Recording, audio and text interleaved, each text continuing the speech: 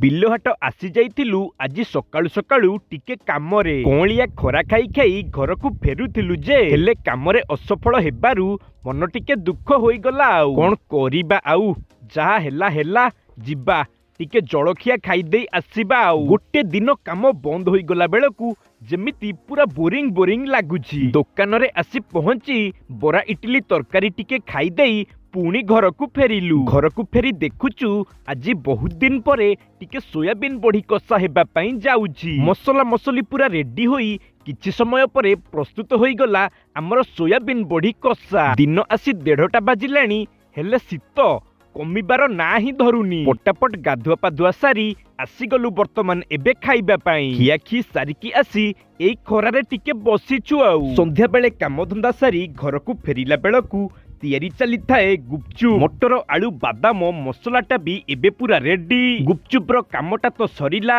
ଆଉ ବାକି ରହିଲା ଆମର ଖଟା ପାଣି। ହେଇ ୟା କାମ ବି ବଢିବା ଉପରେ। ତ ଚାଲନ୍ତୁ ବର୍ତ୍ତମାନ ଏବେ ଖାଇବା। ସତରେ ଘର ତିଆରି ଗୁପଚୁପ ଆଜି ପୁରା ଜମିଗଲା।